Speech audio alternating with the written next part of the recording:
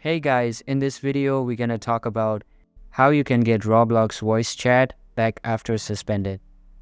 But before we begin, don't forget to hit the subscribe button. Alright, so let's get started. First of all, open any type of preferred browser on your PC or laptop and search for roblox.com. Now make sure to log in using your account and you will be redirected to the home page. Here, click on the URL bar at the top and replace the word home with support. Give it a go and you can see that I am now in the Roblox support center. Here, enter your name, email address and confirm your email address. Now select your platform. I will select PC and in category select moderation. Then click on account appeal. After that, enter this template and submit this report. That's how you can get Roblox voice chat back after being suspended. So that's all for today's video. Hope you liked the video. Thanks.